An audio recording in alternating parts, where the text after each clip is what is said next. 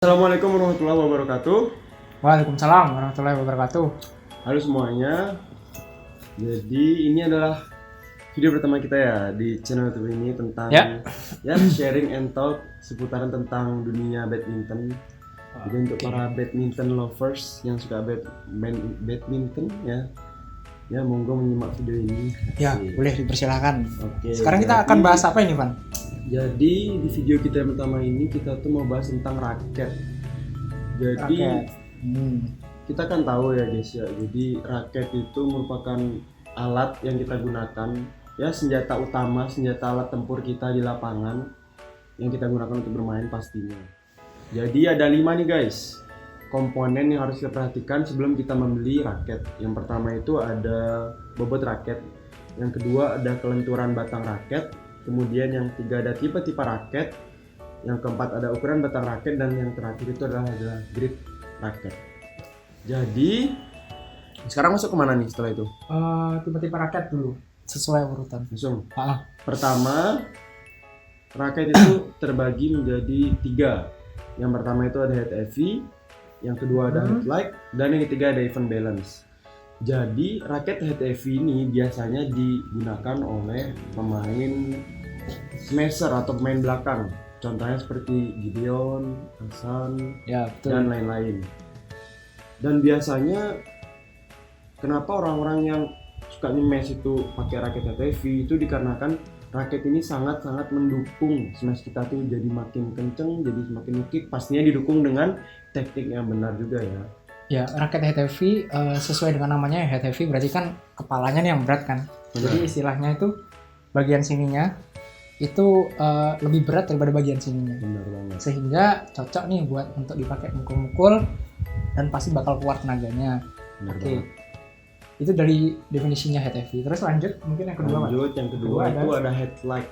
Oke. Nah, biasanya raket head light ini dipakai oleh pemain depan. Contohnya seperti Kevin dan juga seperti Watanabe ya. Watanabe juga betul. Yang lainnya yang bermain di depan nih guys. Kenapa? Karena raket head light ini dia tuh batoknya itu ringan guys. Coba setelah ngambilin raket head light.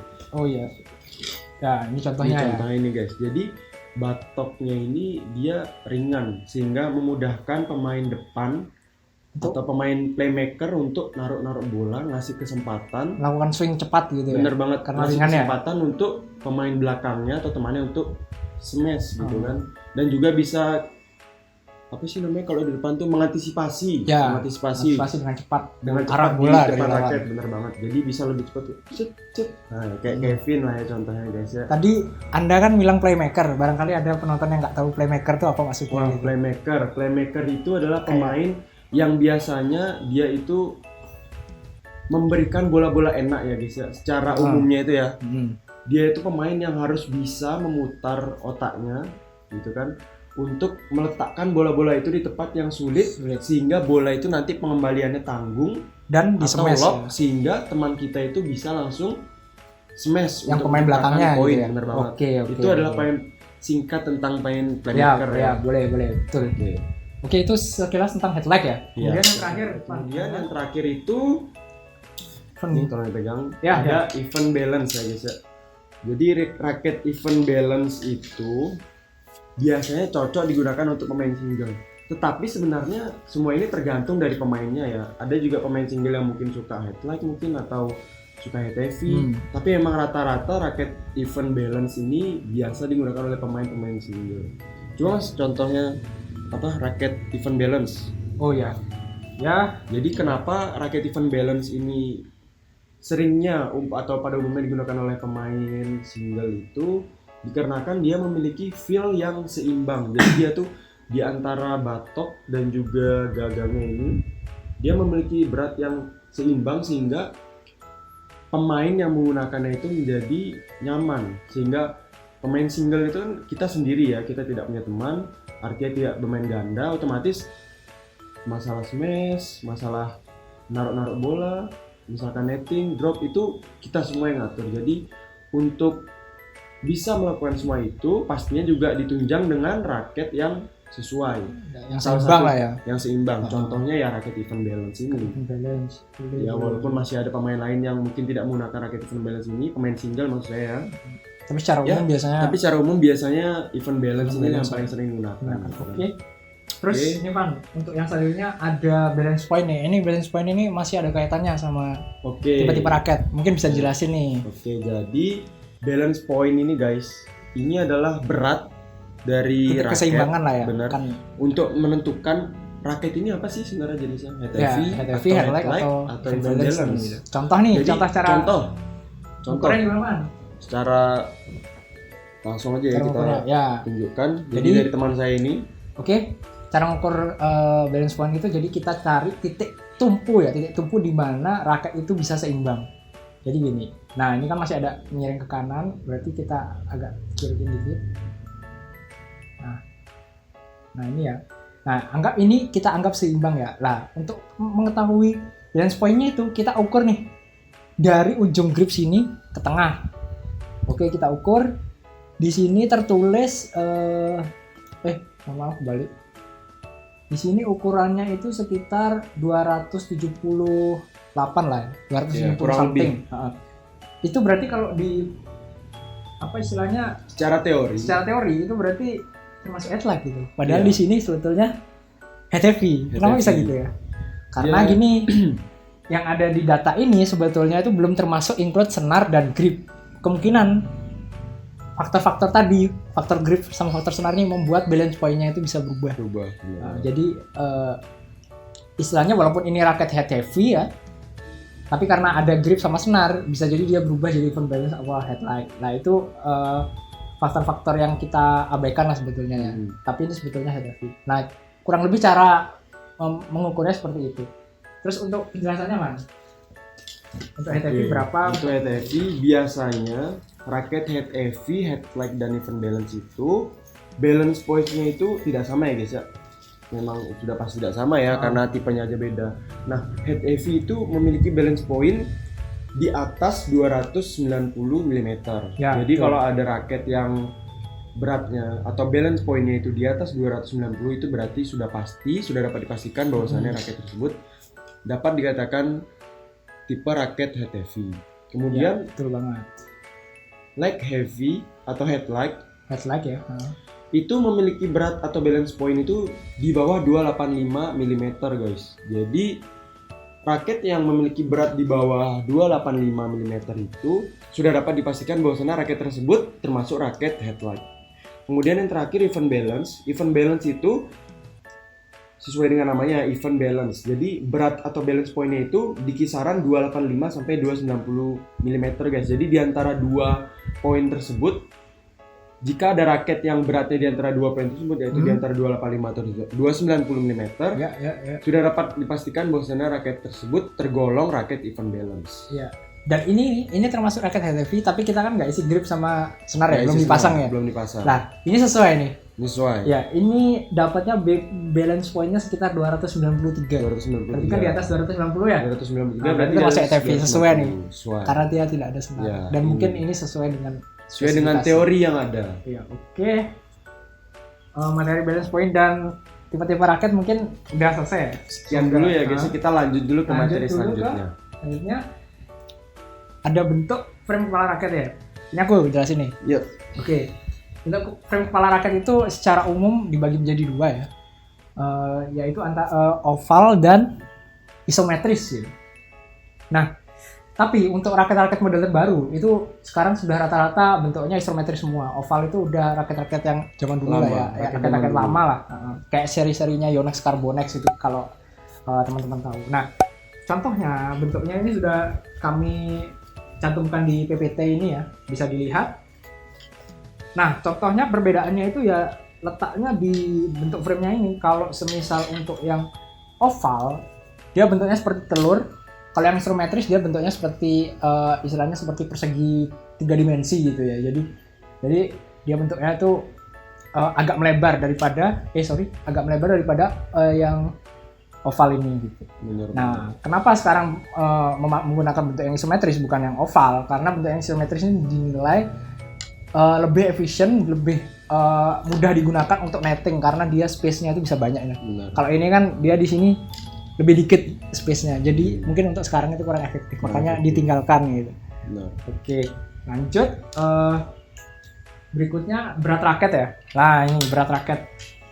Untuk berat raket sendiri itu secara umum ada banyak ya. Diimplementasikan dari 1U sampai 10U. 10U. Ya sesuai dengan PPT. Nah untuk yang umum digunakan, biasanya dia itu menggunakan yang 3U, 4U, sama 5U. Itu yang umum di pasaran dan yang umum digunakan oleh para player badminton gitu. Benar. Untuk yang 1U, 2U itu untuk mungkin raket latihan aja ya, raket training gitu. Raket untuk drilling. Untuk drilling, untuk melatih tangan supaya kuat gitu. Benar. Kalau dipakai untuk permain kompetitif biasanya kurang karena terlalu berat. Nah, 1U, 2U, 3U, 4U sampai 10U ini melambangkan beratnya ya. Beratnya sudah dicantumkan, mungkin teman-teman bisa baca sendiri di PPT-nya gitu kan.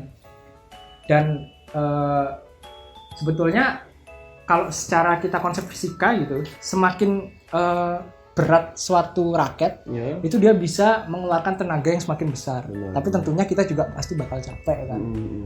Istilahnya, misal tadi berat kepala gitu kan. Nah, dalam memukul kok itu kan ada konsep momentum ya. Momentum sama dengan massa dikali kecepatan gitu kan. Dengan ayunan yang sama, dengan kecepatan yang sama.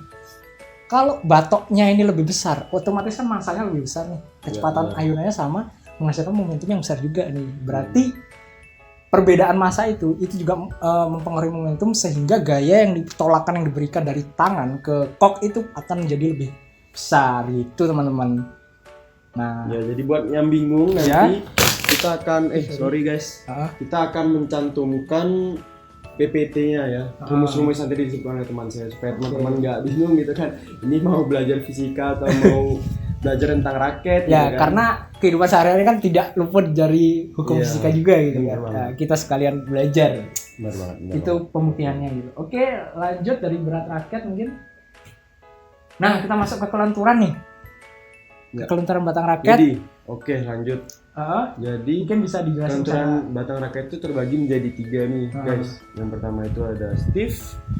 Yang kedua ada extra stiff. Yang terakhir ada fleksibel atau medium. Nah, biasanya di umum ya, di kalangan umum sekarang ini yang paling sering itu kelenturan batang raket yang dipakai itu di stiff dan extra stiff ya, bener nggak sih? Iya, kalau untuk pro player biasanya itu dia menggunakan stiff sama extra stiff. Bener banget. Kalau yang belajaran ya orang yang baru memulai flex sama stiff aja. Iya, baru newbie itu dia masih di stiff atau di fleksibel itu ya. Ya, nah itu mungkin ada ya deskripsinya ya. Iya, nanti kalian bisa langsung lihat aja di PPT cuma kita cantumkan. Mungkin bisa jelasin kelenturan itu apanya nih gitu. Nah, jadi kelenturan tuh maksudnya gini guys ya, kelenturan batang raket. Gimana? Tuh. Jadi semakin dia mudah dibengkokkan berarti dia semakin lentur. Ya, dan itu yang biasa dipakai oleh pemain-pemain single yang biasa kayak Lizia itu kan dia sangat lentur, dan pemain-pemain pro player lainnya lah, karena semakin dia lentur otomatis tenaga atau power yang dihasilkan itu sepemahaman saya itu semakin kencang ya otomatis ya saat kita mukul, entah itu ngemes atau kita ngelop atau hal yang lainnya gitu kan. Jadi lebih fleksibel lah raketnya. Lebih fleksibel. Nah, semakin kaku berarti otomatis ininya ini semakin sulit digerakkan. Nah, keuntungannya apa semakin kaku? Nah, bisa dilihat di PPT, kalau semakin fleksibel itu power kita akan nambah ya, karena dia lentur kan. Anggap seperti trampolin kan, powernya nambah ya. Benar. Tapi kontrolnya itu kita berkurang karena kita juga dibantu sama raket nih. Kita mukulnya. Jadi kita tidak bisa seenaknya menentukan kok itu kemana. Nah, makanya kalau dia untuk yang stiff, kontrolnya itu kita bisa tentuin karena dia stiff. Jadi tergantung tangan kita aja nih mau kemana, nggak sesuai raket. Tapi kelemahannya powernya itu pasti berkurang kalau yang stiff. Makanya untuk pemula atau yang masih baru main biasanya jarang sih milih raket yang stiff. Mungkin bisa yang medium dulu lah saran kita ya. Medium atau fleksibel. Nah, untuk yang extra stiff ini biasanya untuk pro player sih, yang udah bener-bener dia mengutamakan power dan kontrol yang bagus gitu. Tapi juga ada ya pro player yang pakai fleksibel atau stiff itu ada juga ya. Seperti yang aku bilang tadi ya. Mungkin kalau salah bisa dikoreksi aja guys karena setahu aku sih kita kayak itu seperti Lizija itu setahu saya itu raketnya itu benar-benar ketika dia nyemes itu sampai bengkok. Wow. Ya, Excelson itu fleksibel. Tapi ya, Gideon itu extra stiff. Aku ya, dan kemarin lihat di ya. apa namanya di Yonex, web Yonexnya gitu. Ya, jadi perihal tentang itu kalian bisa cek sendiri langsung cek sendiri ya untuk kepastiannya, karena kan ya tidak ada yang sempurna ya dari kita ya, bisa jadi yang sampaikan ini tidak 100% benar juga atau benar nih gitu. kurang lengkap gitu ya. Ya kurang lengkap bisa ditambahin aja nanti, misalnya ada koreksi taruh di kolom komentar aja. Benar banget. Oke. Ya sebelumnya mohon maaf ya, ini karena ternyata ada materi yang kelewat, jadi mau nggak mau kita harus mengambilnya secara terpisah dengan frame yang berbeda gitu ya. Untuk materi selanjutnya yaitu ada ukuran batang raket, di mana biasanya di dalam sebuah raket itu terdapat tertulis spesifikasi dengan huruf G begitu ya, yang melambangkan di mana itu adalah ukuran panjang dari pegangan raket itu sendiri. Nah, ukuran-ukuran ini itu ada macam-macam ya, seperti yang sudah terlihat di PPT dari G1 sampai G6. Nah, maksudnya panjangnya itu bagaimananya? Nah, maksudnya itu bagian ininya nih. Jadi panjangnya itu dihitung dari keliling lingkaran ini. Otomatis semakin panjang dia, feel-nya pada saat kita memegang grip ini akan semakin berasa tebal gitu ya. Nah, semakin pendek pun ya kita akan merasa semakin kecil genggamannya. Contohnya ini adalah raket yang berbeda. Dari sini kelihatan ya kalau yang ini buletannya atau gripnya ini lebih besar ya ketimbang yang ini. Begitu. Nah, untuk ukurannya sendiri saya kurang tahu karena tidak melihat spesifikasinya, cuman intinya untuk pengukuran ini dia seperti itu gitu. Nah, disarankan untuk tangan yang besar, yang memiliki tangan yang gede gitu, ambil yang ukurannya besar. Begitu pula jika ternyata tangan kalian itu kecil dan nyamannya menggunakan yang kecil, ya disarankan memilih yang ukuran yang kecil seperti G5 atau G4. Untuk ukuran G5 dan G4 ini lebih banyak beredar pada raket yang dipasarkan gitu teman-teman. Oke, siap. Itu nanti bisa cek aja di spesifikasi raket masing-masing ya, pasti ada lah. Benar, pasti ada. Atau kalian tanya pas saat beli raket itu termasuk tipe apa gitu untuk gripnya. Karena perihal tentang ini semua itu balik lagi ke kenyamanan ya. Karena kita tahu sendiri salah satu pemain legenda ya yang sekarang masih main bahkan di umur yang sudah tidak muda lagi, yaitu Hasan itu. Setahu saya dia pakai G6 ya. Oke. Jadi ya semua itu tergantung kenyamanan kita. Ya, oke. Tapi ini untuk faktor ini tidak sepenting yang head heavy tadi ya, dan yang berat tadi ya. Iya sih. Nampaknya benar. Ini kayaknya mungkin ini hanya aja ya. Ya itu orang tambahan biasanya ya? Orang ketika beli raket itu nggak terlalu memperhatikan itu sih kalau dia kurang paham. Kalau dia kurang paham, yang penting dia beli raket, dia punya raket. Tapi kalau dia paham, harusnya faktor-faktor yang tadi kita sebutkan tuh harusnya dipertimbangkan lebih. Terutama tipe-tipe raket tadi ya. Terutama 3 tipe raket tadi. Yang head heavy, head flex sama even balance. Oke. Ya, dan lain-lainnya tadi. Ya, lanjut untuk grip nih, Wan. Nah, untuk ada beberapa jenis. Grip itu terbagi menjadi 2, guys. Jadi yang pertama itu ada grip handuk dan juga grip karet. Oke. Nah, kalau dari kita berdua sendiri, termasuk saya ya, saya lebih suka di grip handuk. Kenapa? Karena ketika saya bermain itu keringat saya itu sangatlah berlebih, banyak ya, katakanlah banyak gitu ya. Jadi kalau saya pakai grip karet berdasarkan pengalaman itu sangat licin, guys. Jadi ketika mukul itu bahkan ketika nyemes, karena kita nyemes itu kan pasti ke bawah gini ya, gini ke bawah, itu kadang suka terlepas kalau saya pakai grip karet. Oke. Nah makanya dari situ saya itu pakai, mulai dari pengalaman tersebut, belajar dari pengalaman tersebut ya, akhirnya saya memutuskan untuk menggunakan grip karet ini. Grip handuk, sudah guys. Ya, jadi ini kesimpulannya lebih ke selera aja ya. Kesimpulannya semua ini tergantung selera. Tergantung selera untuk yang grip ya. Benar, untuk grip. Untuk yang grip tergantung selera, dan kebetulan saya juga suka handuk. Tapi bukan karena tangan saya basah. Tapi karena memang nggak tahu ya, entah kenapa lebih lembut-lembut aja gitu kalau handuk. Semua tergantung kenyamanan. Jadi tidak bisa kita tentukan harus pakai ini atau pakai itu. Dan ada kelebihannya nih, kalau handuk biasanya lebih murah harganya daripada karet ya. Kalau karet biasanya di atas 20-an kalau di toko, kalau handuk mungkin dari 5 ribuan sudah ada gitu. Iya, benar banget. Oke, lanjut. Ada kesimpulan nih Wan sebelum kita Kesimpulan. akhiri materi sharing-sharing. Sharing and talk ini ya. Jadi kesimpulannya Bisa disampaikan. itu biasanya guys dari penyampaian yang kita sudah sampaikan dari awal sampai sekarang ke kesimpulan ini, biasanya itu pemain solo, pemain double ya, pemain double depan atau belakang. Itu yang pertama dari pemain solo biasanya dia lebih cenderung menggunakan raket even balance. Ya, seperti yang udah kita sampaikan Yang pas tadi saat kita menjelaskan. sampaikan. Oke. Kemudian dengan bobot biasanya sih 3U biasanya ya. Biasanya. Dan Karena kalau dengan kelenturan medium atau fleksibel karena fleksibel. power yang dihasilkan lebih maksimal lebih lagi maksimal pastinya ya. betul. Kemudian untuk grip itu selera, balik lagi. Iya. Ya. Kemudian untuk pemain depan biasanya itu lebih ke raket headlight. Ya. Karena dia harus bisa mengantisipasi bola di depan ketika bola tanggung bisa dicapai. Jadi kecepatan tangan sangatlah bermanfaat lah di situ, Ya, sangat berguna. penting, sangat penting. berguna. Swing ironan ini lebih Dan juga raket sangat mendukung, sangat menunjang.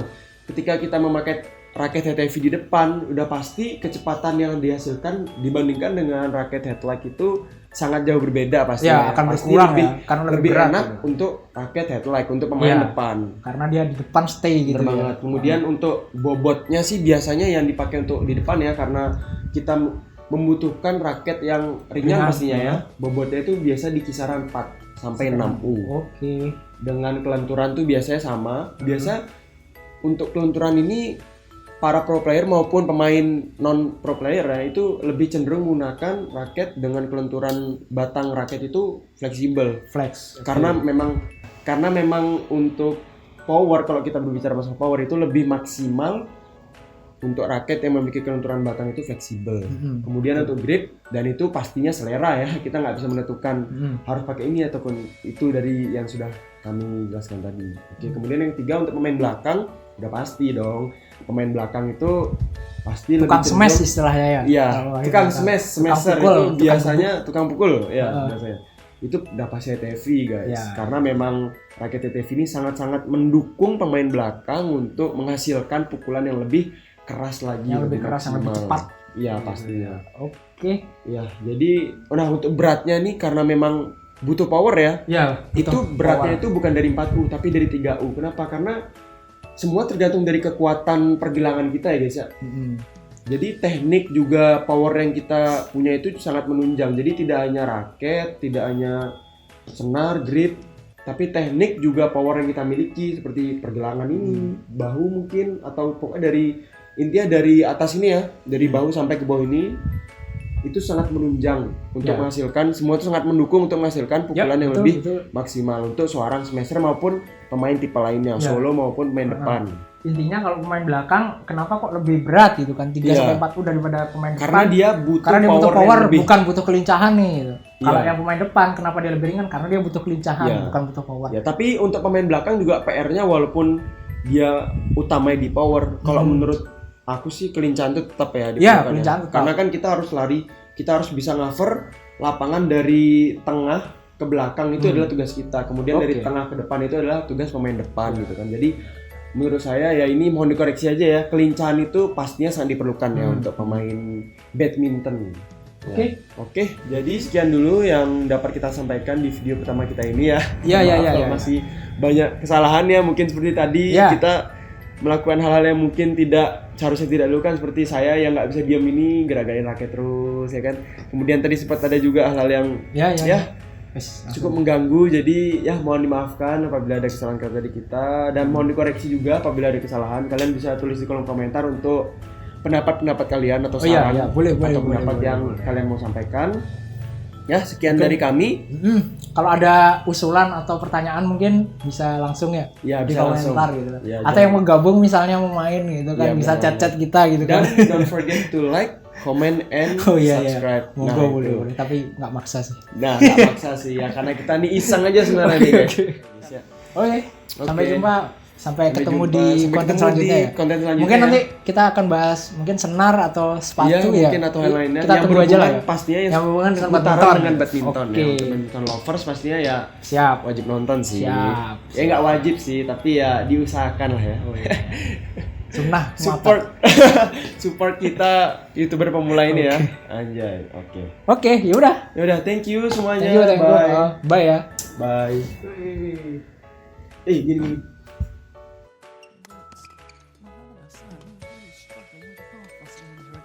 He's strapped on that similar same path today. Relentless attack by the world number ones.